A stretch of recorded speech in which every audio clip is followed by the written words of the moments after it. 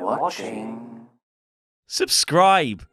Hello, you're watching ScreenStalker. I'm Fakidor Laurie Blake, and I'm joined by housemate Simon Longdon. And it's been a big week for reveals on Death Stranding because Hideo Kojima's first game since leaving Konami and his first non-Metal Gear directorial role since Policenauts back in 1994 has had some huge news come out about it in the last 2 weeks. Not only has Hideo Kojima given a timeline of how the game came to be, but we got some big reveals about it too. We got an announcement of the release date for November 8th this year, and we also got an 8-minute trailer which finally cleared up some of what you would be actually doing in the game. It didn't at all. Not a little bit. It showed us a ladder, Mads Mikkelsen singing, and a baby in a lava lamp, and was like, get excited! There was a stick and a rope as well. There was a stick and a rope. Basically, just showed us all that stuff and said, get excited, which, fair enough, loads of people are. Mostly, like it, yeah. Mostly about the massive ladder that you can just summon at will, and not really about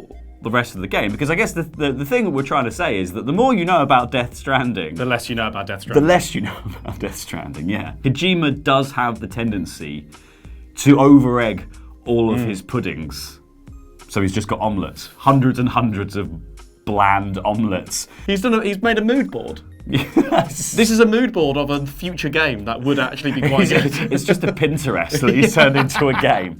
But that's it. This seems like it's got. This seems like it's got that sort of same, like, everything's trying to feel very epic. You play as, I think his name's Sam Bridges, but it's Norman Reedus' character. He works for the president, and he's attempting to relink society. There seems to have been some sort of event that has left dead people stranded, and they've become the beached things, or the BTs that are referenced in the trailer. Well, it's also the dead bit is also exclusively war. Yeah. So there must also be some kind of moral aspect to why these two sides of the worlds are colliding as well, and how they're connected. So the official site for the game described this in a little more detail. It said, there is no traditional game over state in Death Stranding. Lose your life during combat and you'll find yourself in an upside down realm, searching for a way back to the living.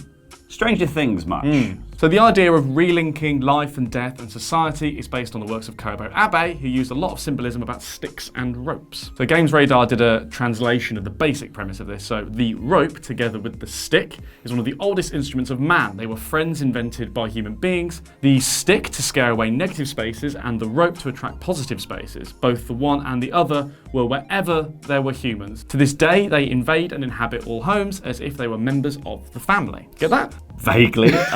I understood the stick and the rope bit, like the stick to beat people off, and then the rope to pull them in.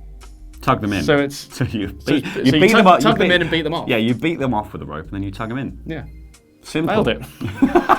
So the game also links all of that to these weird militia guys who seem to be trying to keep things the way they are. They're called Homo Demens, which I thought was demons, but it's demens. D-E-M-E-N-S. He's trying to Latin up a word that already exists. Yes.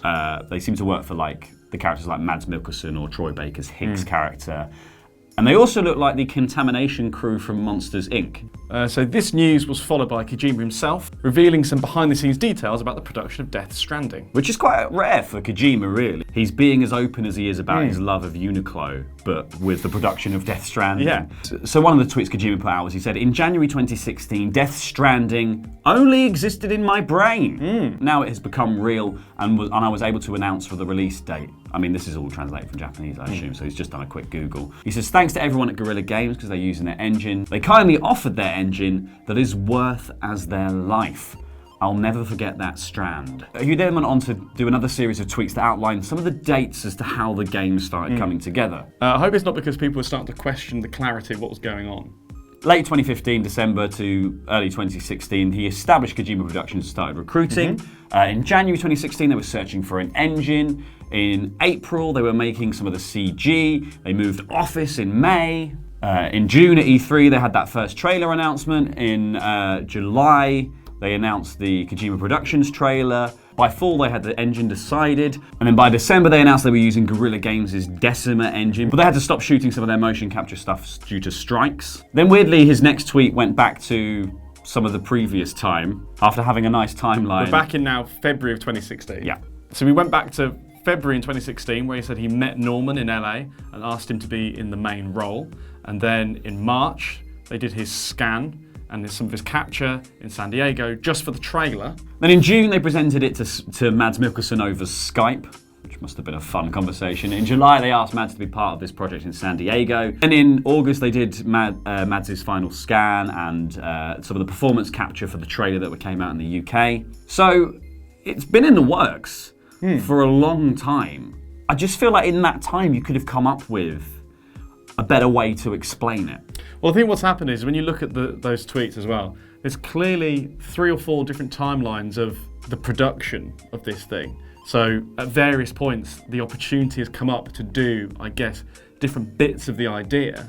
Yeah. And what the project has really been for maybe the last year and a half has been to pull all those strands together, into a coherent singular title. It'd be interesting to see how all these disparate strands that we're just being shown as a scattergun thing finally get tied together in the final product, or whether they are just all loose strands. Yeah, it'll be up to the player.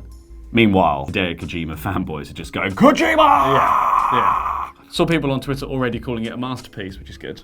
Yeah, that's the best way to well done, everyone. Yeah, before you've seen it or played it or used it, call it a masterpiece. Well, that is all we have time for discussing Death Stranding and what we think the game will actually be like. But please leave a comment down below to let us know what you think the story for the game is. And don't forget to have a super click pie by clicking the like, subscribe, and bell icons. So thank you for watching, and head on over there for more awesome ScreenStalker content. I've been Fakidor Laurie Blake. This has been housemate Simon Longdon, and remember, we're watching.